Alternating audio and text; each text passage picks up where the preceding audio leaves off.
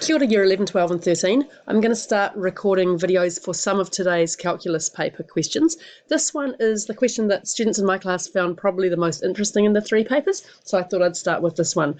So it's the last question in the differentiation paper. So we're given a graph, I'll just make it a bit bigger, for the following function. So y equals 2 root 36 minus x squared, and we're showing the tangent to that function at point P. So P is here. And the tangent intersects the x-axis at the point 8, 0 down here. And we have to figure out where is P. Well, actually, we just have to find the x-coordinate. So we have to use calculus and show any derivatives that we need to find when solving this problem. So let's have a look at what information we've got. Well, we know some stuff about the equation of tangents. And if you've been looking at level 2 questions this week, there was a whole lot in there as well about the equation of the tangent to a curve. And we know that the slope of that tangent line, because it is the slope of the tangent line made when the curve is at point P, is going to equal the derivative at point P. So here's what we're going to do. We're going to find dy by dx to start us off. And then we're going to try and figure out the equation for that tangent line. And to do that, we go back to what we learnt about the equation of a straight line in year 9, and we look at y equals mx plus c. And that doesn't really get us anywhere here because I don't know the y-intercept. But hopefully then we remember what we learnt later on, which is there's another way that we can write the equation of a straight line when we know the gradient and we know a point. So we know that 8, 0 is on that tangent line. And that means that the tangent line will have the following equation, y equals m times x minus 8. Now we have to think about what m will be. Well, we're going to work out m because we know that m is whatever the gradient is at this point coming out of the gradient function. And we're going to call this point here x naught. Now, you don't have to use this x naught notation in your answer. I'm sure that you'll be able to get the whole way through if you don't do it, but it makes it quite clear when you're talking about x as a variable and when you're talking about x as a specific value. Now, because I'm sitting in a calculus exam doing this, the first thing I want to do is to do some differentiation. So let's do that now. Y is equal to 2 root 36 minus x squared. Rewriting it with a fractional power gives us this. Now, differentiating using the chain rule, we get dy by dx is equal to 2 times a half 36 minus x squared to the negative a half times negative 2x, right, the derivative of the inside function. Cleaning that up gives me this, negative 2x over 36 minus x squared, square rooted. Right, so that gives me the gradient anywhere on that curve, but I'm interested in at point P. So at point P, the gradient is equal to this, negative 2 times whatever that x value is, divided by this.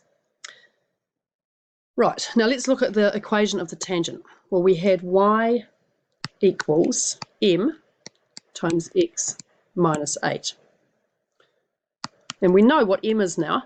M has got to equal this.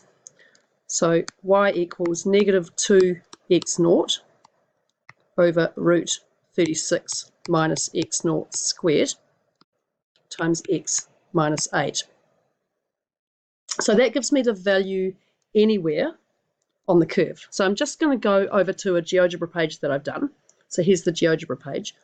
Right, so that equation for y, this one here, gives me the equation of the line.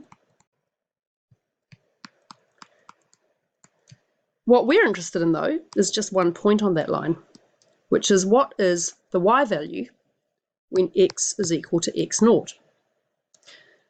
Now, we can get the last bit of the problem by saying this. At this point, we know that y must equal this, but we also know that y must equal this. Right, because it's the meeting point of the straight line and the curve.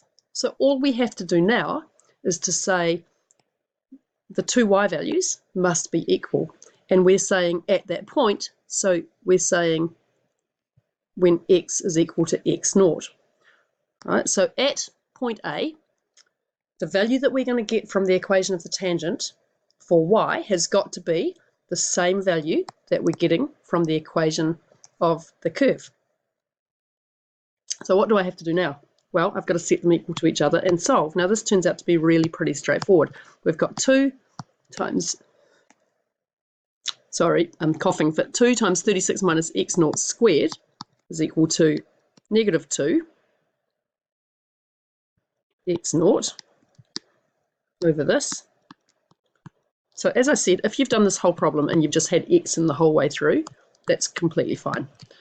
Right, so multiplying through, we get, we can divide both sides through by the 2, and we're going to have 36 minus x naught squared is equal to negative x naught squared plus 8 x naught. We can add x naught squared to both sides, so we get 36 is equal to 8 x naught, giving us x naught is 36 over 8, which simplifies to give me 9 over 2, or 4.5. Right, so let's just go back and have a look at exactly what we were asked to do. Yep, we have to find the x coordinate of P, but it feels really deeply unsatisfying not to find the y coordinate, so let's do that as well. You don't have to do that. You won't get any extra marks for doing that before someone emails me and asks me, but here you go. So y naught is equal to 2 root this, and that works out to be 7.93. 725 ... So let's just have a look and see if that makes sense.